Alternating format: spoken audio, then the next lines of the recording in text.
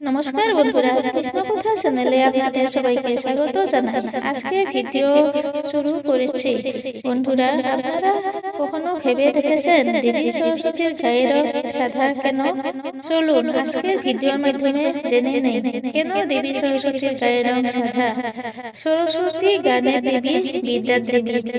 অনেকে আবার বলে থাকে যে দেবী সরস্বতী ব্রহ্মার স্ত্রী, কিন্তু প্রকৃতপক্ষে ব্রহ্মার স্ত্রী বলে কেউ নেই, বরং ব্রহ্মা বা ঈশ্বরের সৃষ্টিকারী রূপের নাম ব্রহ্মা, আর ব্রহ্মার নারী শক্তির নাম সরস্বতী।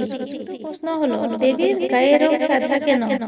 তার কারণ দেবী সরস্বতী শুভ্রমূর্তি, নিরস্কুর চরিত্রের প্রতীক, যা এই শিক্ষা দেয় যে প্রত্যেক ছেলে মেয়েকে হতে হবে নিরঙ্কুশ চরিত্রের ও নির্মল চরিত্রের অধিকারী।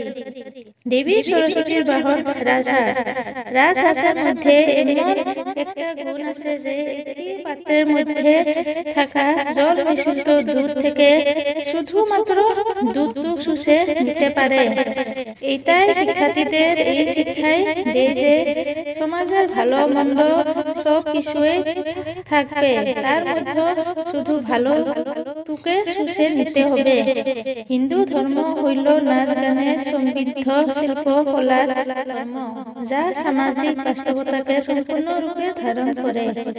প্রত্যেক ছেলে মেয়ে কোনো না কোনো প্রতিভা নিয়ে জন্মগ্রহণ করে থাকে।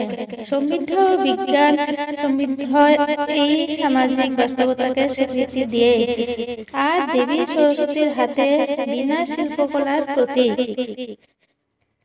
দেবী সরস্বতীর হাতে পুস্তক থাকে, কারণ পুস্তক হলো জ্ঞানের ভান্ডার বা জ্ঞানের বাস। যেহেতু সরস্বতী হলো জ্ঞানের দেবী, তাই তার হাতে পুস্তক থাকে। সেই জন্যই দেবীর পুজোয় ও পাঠে পাঠ পুস্তক দিতে হয়। দেবী সরস্বতী পদ্ম ফুলের আসনে বিরাজ করে। আপনারা অবশ্যই দেখেছেন, পূর্ণ পুষ্পরিত পদ্ম ফুল হইল সফল ও সমৃদ্ধ জীবনের প্রতীক।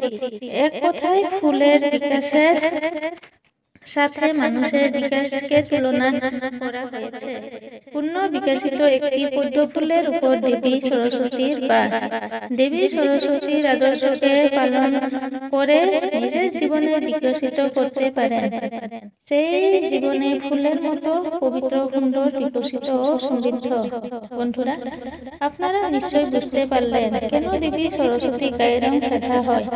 বন্ধুরা, ভিডিও ভালো লাগলে অবশ্যই সাবস্ক্রাইব করবেন এবং লাইক, শেয়ার ও কমেন্ট করতেও ভুলবেন না। ধন্যবাদ।